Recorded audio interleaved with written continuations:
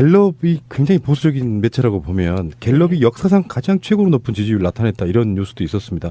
84%가 나왔는데 네. 김영삼 대통령의 지지율보다 1% 높아요. 그 당시에 김영삼 초기에 온갖 하나의 숙청이니 뭐니 개혁 작업하면서 국민적 지지율이 엄청 높았을 때잖아요. 네, 그때보다 높다는 거죠. 높아요. 근데 김영삼 대통령이 그때 어느 정도로 인기가 있었냐면 정치인 처음으로 대통령 패러디 소설이 나왔어요. YS는 아무도 못 말려. 책도 많았어요. 네. 그 책이 필두예요. YS. 그게 장덕균 씨가 썼던 코미디였던 것 같은데. 맞아요. 네. 되게 재밌어요. 그래갖고 그런 책이 나올 정도로 인기가 좋았어요. 그러니까 그 정도보다 더 높다. 근데 이 높은 거는 제가 오늘 트윗에 요거 날리면서 뭘 했냐면 문재인 대통령 지지도가 80%대 박스권에 갇혔다. 말 되네. 아, 오랜만에 들어보네요. 박스권. 네, 박스권. 그리고 이게 확장성이 없어서 100%는 못 갈 것 같다. 이렇게 썼어요. 자, 근데 여기서 제가 여쭈고 싶은 게 높은 지지율이라고 하는 건 필연적으로 나중에 떨어지는 때가 올 거 아닙니까? 그렇죠. 이게 높은 지지율일수록 오히려 나중에 떨어지면 느끼는 데미지는 더 큰 거라고 저는 보거든요. 네, 근데 가장 중요한 건 높은 지지율에 취하는 거. 취해서 실수를 실수로 느끼지 못하는 게 위험한 건데요. 문재인 대통령은 지지율이 높다고 해서 그런 거에 신경 쓰시는 분이 아니세요. 제가 요거와 관련해서 기억나는 게 노무현 대통령께서 서거하시고 장례위원장이셨잖아요. 근데 이제 그때 민원연 어르신들이 오셨어요. 그래갖고 같이 이제 그 당시에는 장례위원장이죠. 아무것도 아닌 야인이신 거죠. 그래 그렇게 앉아서 얘기를 하는데 갑자기 너무나 진지한 표정으로 그 눈 이렇게 감으시는 거 있잖아요. 그 표정으로 이해가 잘 안 된다고 하시는 거예요. 그러니까 이제 우리 어른들이 뭐가 이해가 안 되냐 그랬더니 노무현 대통령 말기에 참여정부 말기에 그렇게 대통령을 싫다고 하던 분들이 지금 이렇게 거의 막 노무현 대통령의 서거에 대해서 이렇게 슬퍼하고 이렇게 많은 사람들이 오는 이 현상이 되게 당황스럽다 이렇게 말씀을 하시더라고요. 그때는 정말 거의 막 전 국민이 애도할 때잖아요. 그러니까 뭔가가 막 이렇게 뭐랄까 지지율도 그렇고 누군가를 막 추모가 너무 국민적으로 일어나고 이런 상황일 때도 냉정하세요. 어쨌건 높은 지지율이라고 하는 게 문재인 대통령은 그런 데 취하시는 분 아니기 때문에 괜찮다. 이런 생각이 들고. 네, 똑같으세요. 대통령 되시고 제가 이렇게 한번 뵀어요. 우연히. 그런데 진짜 똑같으세요. 하나도 안 바뀌셨어요. 그리고 우리는 오래간만에 이렇게 뵙게 되니까 엄청 반갑잖아요. 그 5월 23일 날 뵀거든요. 봉화에서. 그때 다 뵀죠. 네. 그럼 굉장히 반가워하려고 하는데 너무나 똑같이. 재미는 없죠. 드럽게 없지. 그게 재밌어요. 너무 안 변해서. 네. KBS에서 아나운서 하셨던 바로 그분, 고민정 아나운서 그랬잖아요. 네. 보통 사람 같으면 나 안다라고 얘기해 줄 것 같은데 모른다고 얘기한다는 거예요. 그래갖고 네. 뭐 여러 가지 또 후보 때는 비판을 받으셨는데 모른다고 하세요. 그러니까 그게 결국에는 긴 안목에서 봤을 때는 좋은 태도라고 보거든요. 근데 이제 일반적인 정치인들에게 처음엔 안 좋게 작용해요. 높은 지지율, 그 지지율을 지금 무너뜨려야 사실 야당이 숨통이 좀 트이거든요. 앞으로 머지않아 지방선거도 있고. 그래서 생채기 내기 시작한 게 이낙연 후보자 인사청문회 관련 지금 자유한국당이 지금 어깃장 놓고 있는 거고요. 네. 자, 더 짧은 이야기 하나만 해보겠습니다. 김경수 의원이 태어나 처음 들어본 직책에 올라가셨네요. 민주당 신임 협치부대표에. 이건 제 분석이 맞는지만 설명해 주시면 되겠습니다. 네. 원래 이분 정도 되면 청와대로 가야 되는 상황인데 이제 지금 국회의원 오랜 고생 끝에 지금 1년쯤 하고 있는데 그 배치 떼고 갈 수는 없고 그리고 실제로 더불어민주당에서 정무수석 비슷한 역할을 해달라 이런 거 아닌가요? 그렇죠. 그리고 자꾸 언론이 지금 문재인 대통령이 잘하고 있잖아요. 그리고 추미애 대표도 정말 잘하고 계세요. 그런데 언론이 약한 고리로 본 게 이게 권력이잖아요. 지금 청와대는 최고 권력. 그다음에 집권 여당의 대표는 두 번째 권력이잖아요. 여기를 이간하는 보도나 이간하려는 움직임이 있었잖아요. 엄청 지금도 있어요. 예, 그리고 이게 이제 그게 약한 고리로 보는 거예요. 그걸 차단하고자 하는 포석입니다. 그래서 김경수 의원이 왜 그런 거 있죠. 통치하는 가장 높으신 분이 일일이 다 대응할 수는 없는데 대응을 안 하면 그게 사실화되는 경우가 굉장히 많잖아요. 네. 만약에 철삭되거나 까불거나 그런 사람이 뒤에 있으면은 오히려 옆에 있는 사람 때문에 용명등가 굉장히 많습니다. 네. 네. 실제로 이제 그림자 같은 그런 느낌이어서 자 축하드리겠습니다. 김경수 신임 협치부대표님 이름은 참 어색하네요. 그러니까 헌정사상 첫 협치부대표 되신 거예요. 언제부터 취역을 하는 거예요, 역대? YS 전두환, 노태우, YS 정부 다 거쳐가면서 아마 통틀어서 하는 얘기일 겁니다. 아니, YS 김대중 정부가 90%까지 넘어가고 그런 적이 있지 않나요? YS 정부 때 90%에 육박하는 수치까지 올랐던 걸로 제가 하나 알고 해치고 있는데요. 금융실명제하고. 네, 그렇습니다. 지금 이제 그와 비슷하게 분석할 수 있는 게 그 과거 정부와 새로운 정부가 극명하게 대비됐을 때 이게 일종의 기대치가 극대화되면서 신드롬이나 팬덤 현상으로까지 이어지는 그런 지지율 상승이 나타나는 것 같습니다. 예컨대 YS 때도 두 차례의 군사정부를 거쳐가면서. 그렇죠, 권위주의 정부죠. 네, 권위주의 정부. 거치면서 사람들이 이제 이 눌려져 있던 어떤 그런 요구사항들이 많았고, 그리고 새로운 정부가 들어와서 그 기대치를 하나의 척결이라든가 이런 구태를 청산하면서 많은 기대를 끌어올렸죠. 예. 예. 근데 지금도 결국은 마찬가지로 국가 반란죄로 전두환 노태우 대통령도 법정에 세웠죠. 그렇습니다. 그래서 이낙연 총리가 전두환 전 대통령 방문을 취소했죠. 하지 않았죠. 예. 어쨌든 그건 차치하고, 그래서 지금 이명박 박근혜 정부를 거치면서 사실은 그 새로운 대통령의 리더십을 원했던 그런 물밑의 기대감이 지금 현재 문재인 대통령이 당선되면서 일정 부분 소통과 탈권위를 통해서 해소시켜줌으로써 기대치를 극대화시켰죠. 이것 이제 일종의 팬덤 현상. 이게 과거에 정치인에게 부여됐던 어떤 현상이라기보다는 마치 연예인에게 부여되는 그런 약간은 다소 맹목적일 수도 있는 그런 높은 기대치가 반영되는 것 같고. 맹목적은 아니죠. 맹목적으로 볼 수도 있는. 볼 수도 있는. 예, 그렇습니다. 그러니까 이제 문자 조심하세요. 알겠습니다. 특히 이제 또 다른 전화번호 공개합니다. 알겠습니다. 또 다른 특징은 지역 세대 이념의 구분이 없이 골고루 지지를 확보하고 있다는. 그러니까 TK에서도 거의 80% 육박한다 그래요? 그렇습니다. 그게 이제 그 조금 더 깊이 들어가자면 지금 반대 세력이라고 할 수 있는 혹은 야당이라고 할 수 있는 세력들이 집권 초기에 상당히 좀 와해돼 있고 이 전열을 정비하지 못하고 있는 상황이다 보니까 사실은 이런 기대치가 그 기존 세력들, 기존 지지층을 붙잡아두지 못하는 측면도 좀 있어 보입니다. 네. 어쨌든 그 지금은 이제 허니문 기간이고 그래서 이 기대치는 상당 부분 상당 기간 지속될 가능성이 높아 보입니다. 예, 좀 한 가지 더 짚어보면요. 예.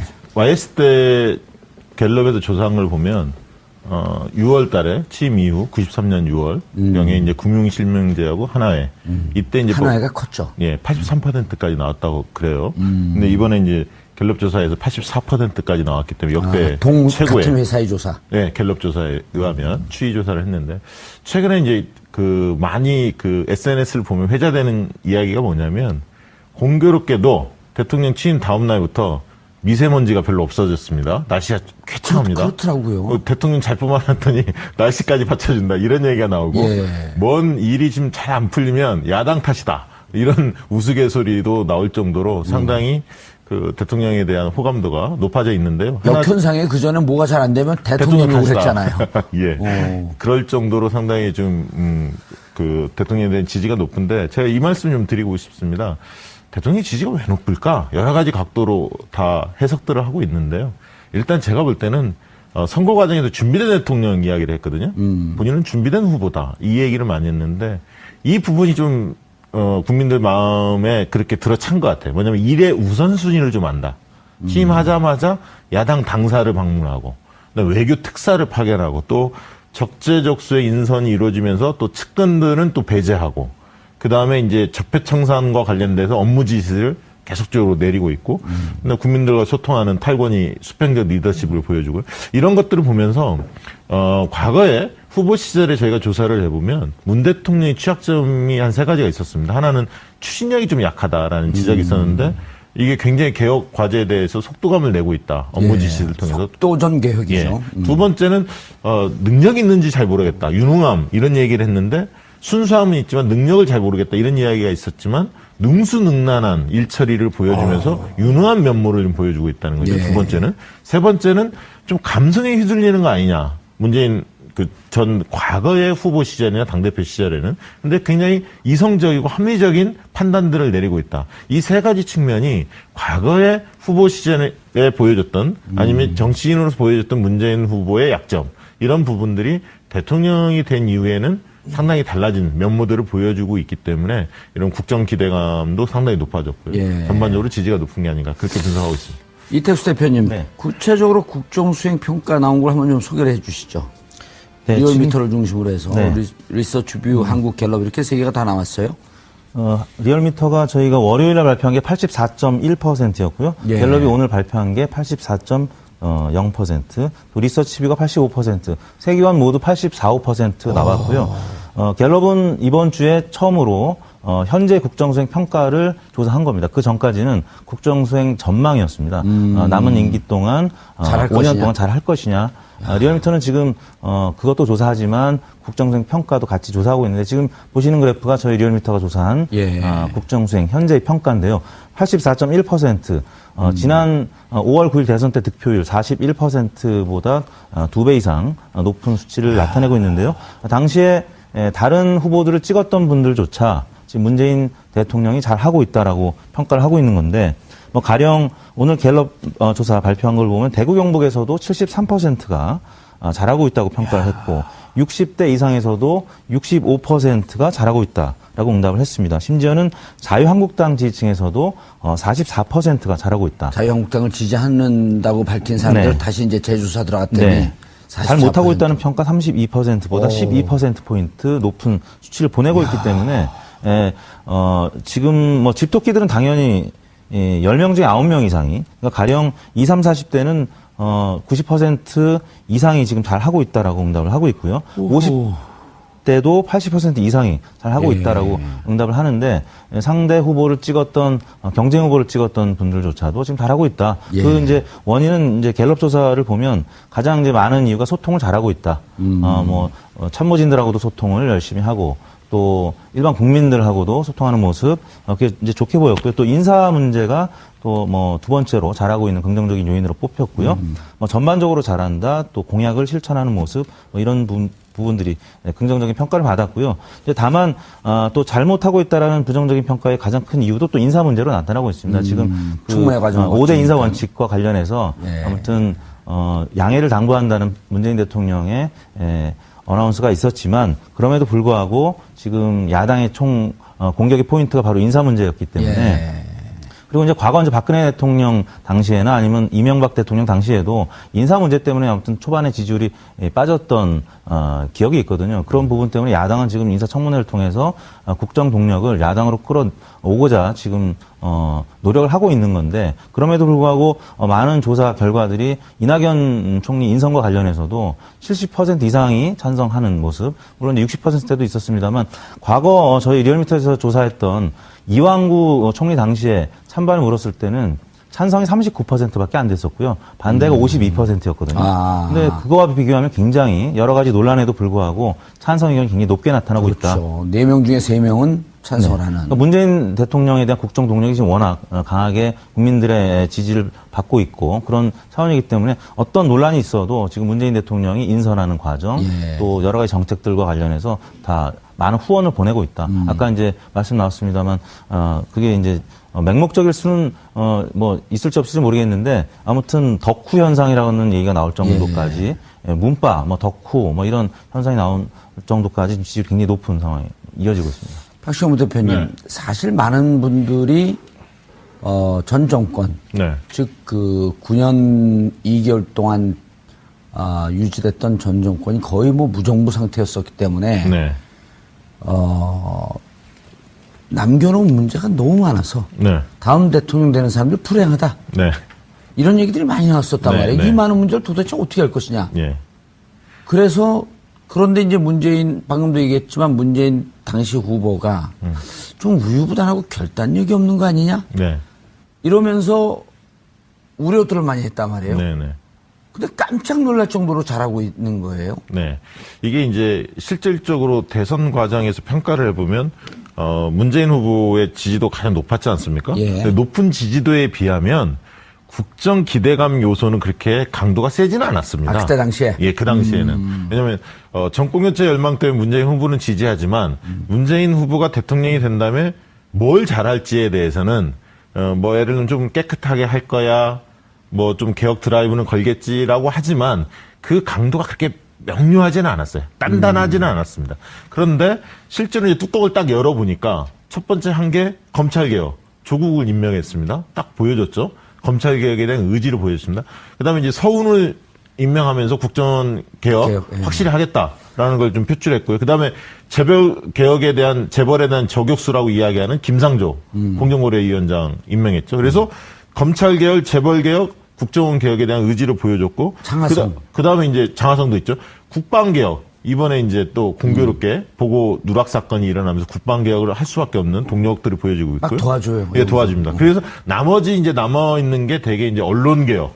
그 다음에 이제 관료들 공직개혁을 좀 해야 한다. 그 다음에 행정개혁이라는 분권의 요소. 그 다음에 이제 마지막으로 정치개혁 이슈가 있죠. 개헌과 선거구제 개편 이런 등등이 있는데 어쨌든 개혁 드라이브를 걸 수 있는 환경이 좀 만들어진 측면도 있죠. 국민적 동력이 높았으니까요. 그리고 적재적소의 인물들을 잘 배치하고 있다. 그런 개혁 과제에 대해서 그렇게 보고 있고요.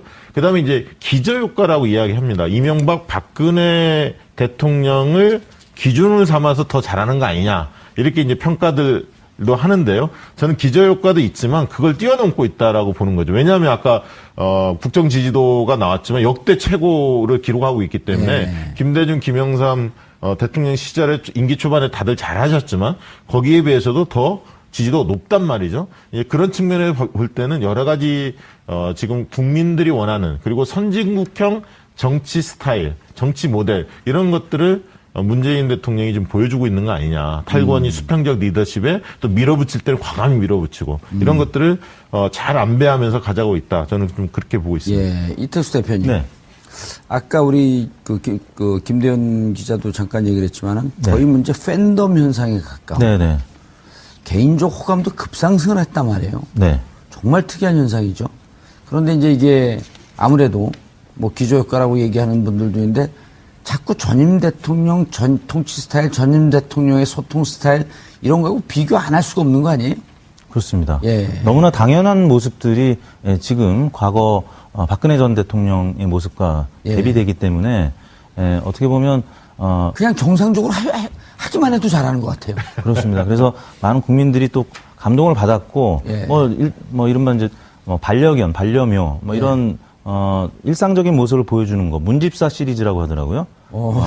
그냥 뭐 일반적인 그런 영상 또 사진들이었는데 또 이제 김정숙 여사가 또 그동안에 보여왔던 행보들 뭐 많은 네티즌들이 이제 눈물을 머금는 장면들이 여러 건들이 있었죠. 또 문재인 대통령도 지난번 5.18 광주 민주화 기념식 때 또 그 희생자 가족을 포옹하면서 심지어 이제 수화하는 그 분까지 우는 모습을 많은 국민들이 보고 같이 감동을 받았기 때문에 그 감동이 계속 이어지고 있는 거죠. 그래서 80% 이상이 지금 뭐 갤럽 조사에서는 88%까지 국정 전망이 나왔었기 때문에 이른바 팬덤 현상이라고 할 수 있을 정도인데요.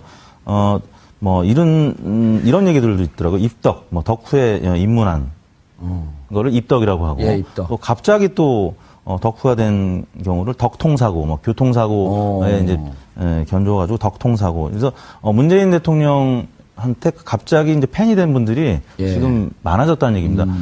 가령 유승민 후보를 찍었거나 아니면 또 그 심상정 후보를 찍었던 국민들도 이제 문재인 대통령의 팬이 되어 있는. 그래서 어떤 걸 하건 간에 다 이제 문재인 대통령한테 응원을 해주고, 심지어 뭐 지난번 20세 이하 축구 경기에서도 처음에 2연승 할 때만 해도 이게 다 문재인 대통령 덕분 아니겠느냐라는 얘기까지 나올 정도로 다 이제 대통령 덕분이다라는 얘기가. 이번에 분들이 오셨어요. 그래갖고 같이 이제 그 당시에는 장례위원장이죠. 그러니까 아무것도 아닌 야인이신 거죠. 그래 그렇게 앉아서 얘기를 하는데 갑자기 너무나 진지한 표정으로 그 눈 이렇게 감으시는 거 있잖아요. 그 표정으로 이해가 잘 안 된다고 하시는 거예요. 그러니까 이제 우리 어른들이 뭐가 이해가 안 되냐 그랬더니 노무현 대통령 말기에 참여정부 말기에 그렇게 대통령을 싫다고 하던 분들이 지금 이렇게 거의 막 노무현 대통령의 서거에 대해서 이렇게 슬퍼하고 이렇게 많은 사람들이 오는 이 현상이 되게 당황스럽다 이렇게 말씀을 하시더라고요. 그때는 정말 거의 막 전 국민이 애도할 때잖아요. 그러니까 뭔가가 막 이렇게 뭐랄까 지지율도 그렇고 누군가를 막 추모가 너무 국민적으로 일어나고 이런 상황일 때도 냉정하세요. 어쨌건 높은 지지율이라고 하는 게 문재인 대통령은 그런 데 취하시는 분 아니기 때문에 괜찮다. 이런 생각이 들고. 네, 똑같으세요. 대통령 되시고 제가 이렇게 한번 뵀어요. 우연히. 그런데 진짜 똑같으세요. 하나도 안 바뀌셨어요. 그리고 우리는 오래간만에 이렇게 뵙게 되니까 엄청 반갑잖아요. 5월 23일 날 뵀거든요. 봉화에서. 그때 다 뵀죠. 네. 그럼 굉장히 반가워하려고 하는데 너무나 똑같이. 재미는 없죠. 드럽게 없지. 그게 재밌어요. 너무 안 변해서. 네. KBS에서 아나운서 하셨던 바로 그분, 고민정 아나운서 그랬잖아요. 네. 보통 사람 같으면 나 안다라고 얘기해줄 것 같은데 모른다고. 갤럽이 굉장히 보수적인 매체라고 보면 갤럽이 역사상 가장 최고로 높은 지지율을 나타냈다 이런 뉴스도 있었습니다. 84%가 나왔는데 네. 김영삼 대통령의 지지율보다 1% 높아요. 그 당시에 김영삼 초기에 온갖 하나의 숙청이니 뭐니 개혁 작업하면서 국민적 지지율이 엄청 높았을 때잖아요. 네, 그때보다 높다는 거죠. 높아요. 근데 김영삼 대통령이 그때 어느 정도로 인기가 있었냐면 정치인 처음으로 대통령 패러디 소설이 나왔어요. YS는 아무도 못 말려. 책도 많았어요. 네. 그 책이 필두예요. YS. 그게 장덕균 씨가 썼던 코미디였던 것 같은데. 맞아요. 네. 되게 재밌어요. 그래갖고 그런 책이 나올 정도로 인기가 좋았어요. 그러니까 그 정도보다 더 높다. 근데 이 높은 거는 제가 오늘 트윗에 요거 날리면서 뭘 했냐면 문재인 대통령 지지도가 80. 한다는 거예요. 그래갖고 네. 뭐 여러 가지 또 후보 때는 비판을 받으셨는데 모른다고 하세요. 그러니까 그게 결국에는 긴 안목에서 봤을 때는 좋은 태도라고 보거든요. 근데 이제 네. 일반적인 정치인들에게 처음엔 안 좋게 작용해요. 높은 지지율, 그 지지율을 지금 무너뜨려야 사실 야당이 숨통이 좀 트이거든요. 앞으로 머지않아 지방선거도 있고. 그래서 생채기 내기 시작한 게 이낙연 후보자 인사청문회 관련 지금 자유한국당이 지금 어깃장 놓고 있는 거고요. 네. 자, 더 짧은 이야기 하나만 해보겠습니다. 김경수 의원이 태어나 처음 들어본 직책에 올라가셨네요. 민주당 신임 협치부대표에. 이건 제 분석이 맞는지만 설명해 주시면 되겠습니다. 네. 원래 이분 정도 되면 청와대로 가야 되는 상황인데 이제 지금 국회의원 오랜 고생 끝에 지금 1년쯤 하고 있는데 그 배치 떼고 갈 수는 없고. 그래서 프로대 박스권에 갇혔다. 말 되네. 오랜만에 들어보네요. 박스권. 네, 박스권. 그리고 이게 확장성이 없어서 100%는 못 갈 것 같다. 이렇게 썼어요. 자, 근데 여기서 제가 여쭙고 싶은 게 높은 지지율이라고 하는 거는 필연적으로 나중에 떨어지는 때가 올 거 아닙니까? 그렇죠. 이게 높은 지지율일수록 오히려 나중에 떨어지면 느끼는 데미지는 더 큰 거라고 저는 보거든요. 네, 근데 가장 중요한 건 높은 지지율에 취하는 거. 취해서 실수를 실수로 느끼지 못하는 게 위험한 건데요. 문재인 대통령은 지지율이 높다고 해서 그런 거에 신경 쓰시는 분이 아니세요. 제가 요거와 관련해서 기억나는 게 노무현 대통령께서 서거하시고 장례위원장이셨잖아요. 근데 이제 그때 민원연 어르신